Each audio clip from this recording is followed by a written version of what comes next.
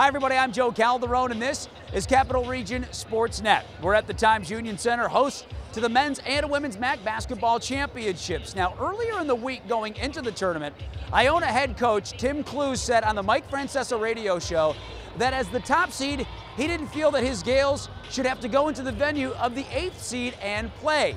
Would the pro-Siena crowd on Saturday make a difference, or were the Gales just too tough? And early on, it didn't look like the pro-Siena crowd phased the Gales one bit. AJ English with a little English on the three ball. The Gales leading 22-12. A little outside-inside action. David Lowry in the post scores, and Iona leads 32-20. But back come the Saints. Robbie Poole. Siena within 11. And then it's Ryan Oliver. Oliver scored 9 straight points, more from the Saints in the first half. Off the turnover, Evan Himes pushing it up the floor, scores on the gorgeous reverse there. Siena now within 7, but back answer the Gales. Isaiah Williams, 4-3, and the Gales led 45-37 at the half. In the second half, the Saints came out inspired. Down 11, Marquise Wright the alley, Javion Oganyemi the oop. Siena now within 9. Later in the second half, Levon Long, count the basket, and he's fouled. He led the Saints with 17. And then drama late in this one with a little more than a minute to go. Ryan Oliver buries the three.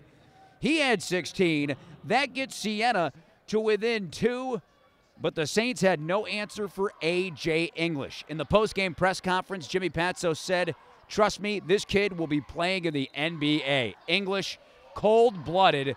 He had 30 in this one. The Saints put up a fight, but they lose in the quarterfinals. 74-71's your final.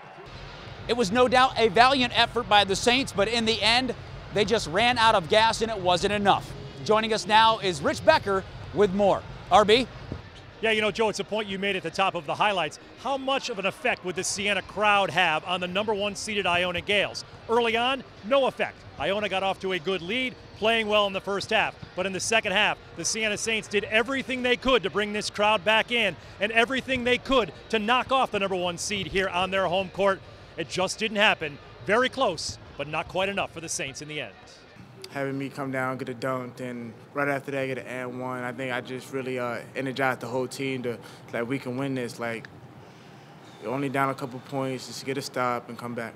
I think that's the loudest since I've been here that the MAC or the Times Union Center has been. I'm thankful for all the fans to come out to support us. When Levon got that dunk in the and one, the crowd was really rooting for us. And like I said, unfortunately, AJ made a great shot. Just the leaders, me, AJ, and Isaiah Williams, we, told the guys don't get flustered. We knew they were going to make a run on their home court, so we just had to withstand the barrage, and that's what we did. Like I said, Iona had some good players and hit some big shots, but just really going to miss it. Our kids didn't quit. I thought today was kind of like our season, We play at Iona as tough as anybody this year. Rick's over there, their AD, going, yeah, but you're 0-3, thank God.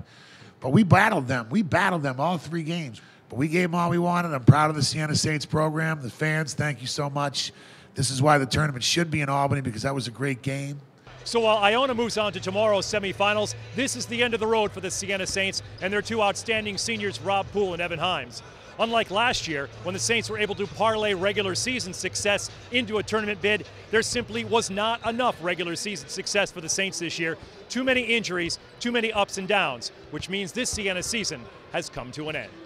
For Joe Calderone, I'm Rich Becker for Capital Region Sportsnet.